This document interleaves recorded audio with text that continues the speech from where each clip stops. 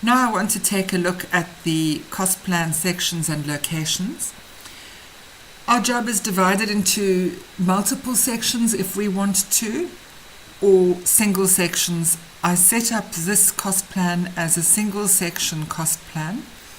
We can further break the section down into locations. It might be basement, ground floor, first and second floor offices, and residential from the third floor and above. What's important about it is that you need to set up your sections. Let us say that this section contains all elements because it's a single section. This setting, there you go, our control tip. You may choose to display only building works or only external works elements. This prevents elements that are not applicable to the section from appearing on your cost plan. So that's pretty clear. For the moment, I'm going to say all elements because I only have the one section.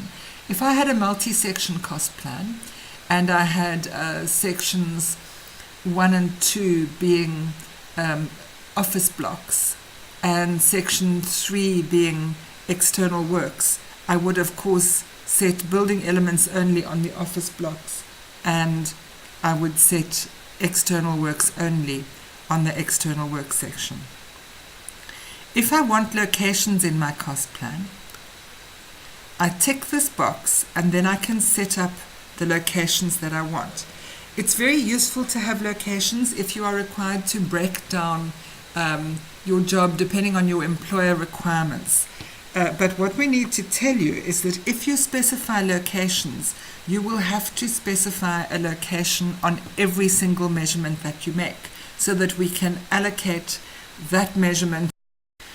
I'd like to return to the sections and locations window for a moment, and in particular to the location setup.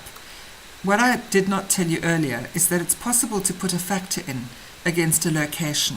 So for example, if my first and second floors were going to be identical, I could say there are 2 of those, and everything I measure will be multiplied.